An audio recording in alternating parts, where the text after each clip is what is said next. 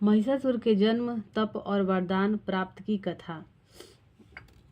राजा बोले, हे स्वामिन, आपने भगवती योगेश्वरी का यह प्रभाव विस्तार पूर्वक कहा।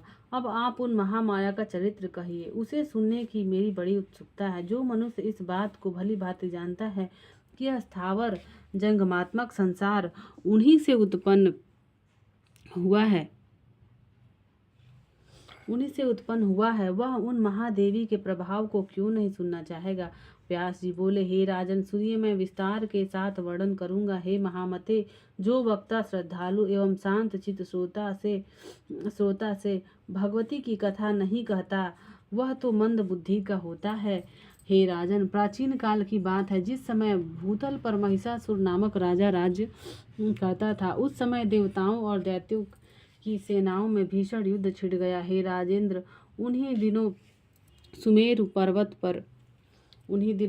पर्वत पर जाकर उस महिष नामक दानव ने हृदय में अपने इष्ट देवता का ध्यान करते हुए 10,000 वर्षों तक देवताओं तक को चकित कर देने वाला उत्तम तथा कठोर तप किया। हे महाराज, उसकी तपस्या से लोक पितामह ब्रह्मा जी प्रसन्न हो गए। अतः हंस पर सवार होकर वे चतुर्मुख ब्रह्मा वहां प्रकट होकर उससे बोले, हे धर्मात्मन, वर मांगो, मैं तुम्हारी अभिलाषा पूर्ण करूंगा। महिष बोला, हे देवदेव, हे ब्राह्मण, हे प्रभु, मैं अमरत्व चाहता हूँ। हे पितामह, आप ऐसा वर दीजिए जिससे मुझे मृत्यु का भय न रहे। ब्रह्मा जी बोले, इस जगत में उत्पन्न हुए का मरना और मरे हुए का जन्म लेना निश्चित है। समस्त जीवों का जन्म और मरण अनिवार्य रूप से होता रहता है। हे दैत्य प्रवर, समयानुसार संपूर्ण प्राणियों का नाश हो जाता है, यहाँ तक कि बड़े बड़े पर्वतों एवं समुद्रों का भी नाश हो जाता है। अतः हे राजन, मृत्यु संबंधी अपनी यह धारणा छोड़कर हे साधु, दूसरा जो भी वर तुम्हारे मन में हो वह मांग लो।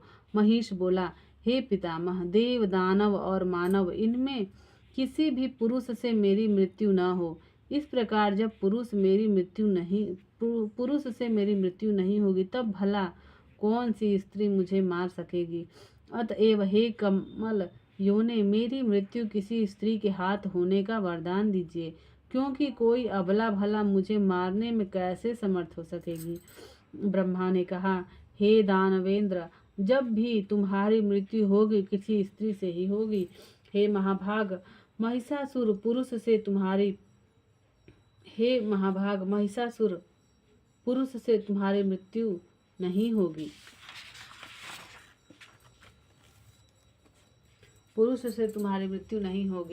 हे राजन, इस प्रकार उसे वरदान देकर ब्रह्मा जी अपने लोक को चले गए और वह दैत्य श्रेष्ठ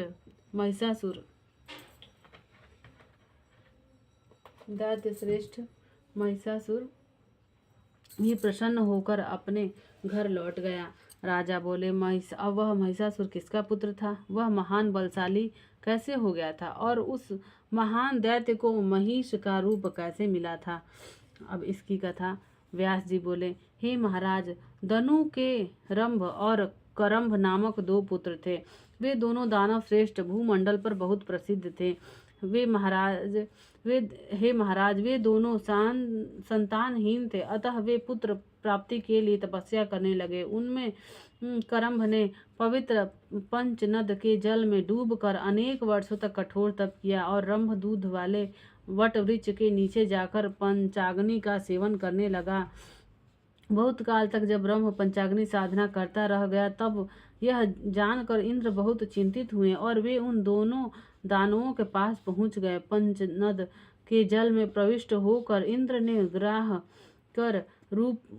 ग्राह का रूप धारण कर लिया और उस करंभ को दोनों पैरों से पकड़ लिया। इस प्रकार वृत्तासुर का वध करने वाले इंद्र ने उस करंभ को मार डाला। तब अपने भाई का वध सुनकर रंभ अत्यधिक कुपित हुआ। उसने अपने हाथ से अपना सिर काटकर उसे अग्नि में होम कर देने की इच्छा की।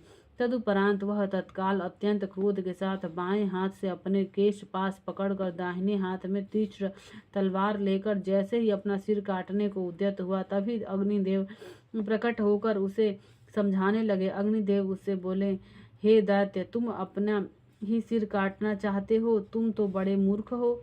आत्महत्या अत्यंत ही दुस्साध्य कर्म है। इसे करने के लिए तुम कैसे तैयार हो गए? तुम्हारा कल्याण हो। तुम्हारे मन में जो हो वह वरदान मांग लो। मरो मत। मरने से तुम्हारा कौन सा कार्य हो जाएगा?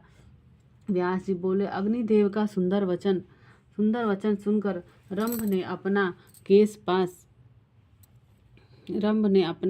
केस पास छोड़कर कहा, हे देवेश, यदि आप मुझ पर प्रसन्न हैं तो मुझे यही वांछित वरदान दीजिए कि मुझे तीनों लोकों पर विजय प्राप्त करने वाला तथा शत्रु सेना का विनाश करने वाला पुत्र प्राप्त हो। वह देवता, दानव तथा मनुष्य इन सभी से सर्वथा अजेय हो।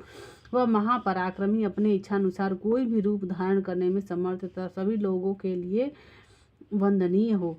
अग्निदेव ने उससे कहा कि जैसी तुम्हारी अभिलाषा है वैसा ही होगा। हे महाभाग, तुम्हें वैसा ही पुत्र प्राप्त होगा, किंतु अब तुम मरने का विचार छोड़ दो। हे महाभाग, हे रंभ, जिस भी स्त्री के प्रति तुम्हारे मन में आसक्ति भाव आ जाएगा उसी से तुम्हें वह महाबलशाली पुत्र उत्पन्न होगा। व्यास जी बोले, हे राजन, अग्निदेव ने उससे ऐसा कहा। तब उनका मनमोहक वचन सुनकर दानव श्रेष्ठ रंभ अग्नि को प्रणाम करके वहां से चला गया और एक ऐसे स्थान पर जा पहुंचा जो रमणीक, समृद्धियों से संपन्न तथा यक्षों से घिरा हुआ था। वहां एक रूपवती तथा मदमत्त महिषी को देखकर वह दानव श्रेष्ठ किसी अन्य स्त्री को छोड़कर उसी पर आसक्त हो गया। वह महिषी भी उसे प्रसन्नता पूर्वक चाहती हुई तत्काल उसके साथ रमण के लिए तैयार हो गई।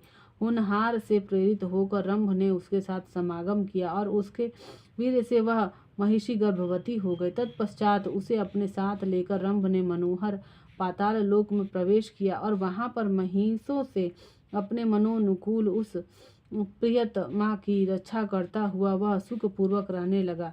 किसी दिन एक दूसरे महिष ने कामासक्त होकर उस महिषी को दौड़ा लिया।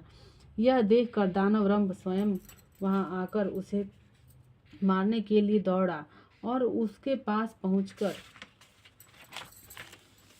अपनी रक्षा के लिए रंभ ने उस महिष पर कठोर प्रहार किया। तब उस कामातुर महिष ने भी अपने सींगों से रंभ पर शीघ्रता से प्रहार करना आरंभ कर दिया। उस महिष के द्वारा तीक्ष्ण सींगों से हृदय स्थल में गहरी चोट पहुंचाने के कारण रंभ शीघ्र ही मूर्छित होकर पृथ्वी पर गिर पड़ा और मर गया। पति के मर जाने पर अत्यंत शोकाकुल तथा भयग्रस्त वह महिषी वहां से भाग चली।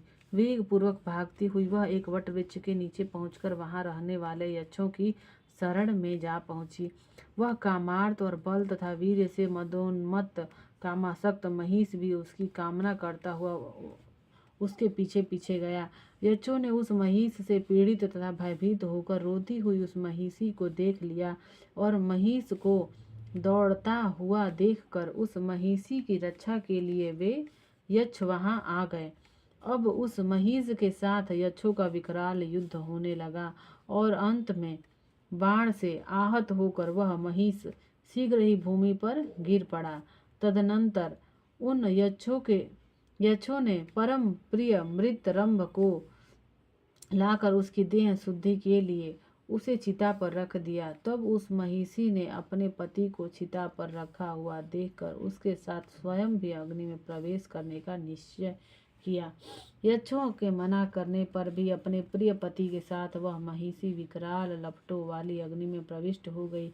उसी समय एक महाबली महिष चिता के मध्य से प्रकट हो गया तथा अन्य शरीर धारण करके वह पुत्र प्रेमी रंभ भी चिता के मध्य भाग से निकल पड़ा। इस प्रकार रक्त बीज तथा महान बलशाली महिषासुर उत्पन्न हुए। तदनंतर श्रेष्ठ दानवों ने उस महिषासुर का राज्याभिषेक कर दिया। हे नृपश्रेष्ठ, इस प्रकार महिषासुर तथा पराक्रमी रक्त बीज उत्पन्न हुए। वह महिषासुर देवताओं, दानवों तथा मनुष्यों से अवध्य था। हे राजन, इस प्रकार मैंने आपको उस महान महिषासुर के जन्म तथा उससे संबंधित वरदान प्राप्ति का प्रसंग विस्तार पूर्वक बता दिया। इति श्रीमद्देवी भागवते महापुराणे अष्टादश सहस्रयां संहितायां पंचम स्कंधे महिषासुर उत्पत्तिर्नाम द्वितीयोऽध्यायः। जय माँ भगवती, जय माँ दुर्गा।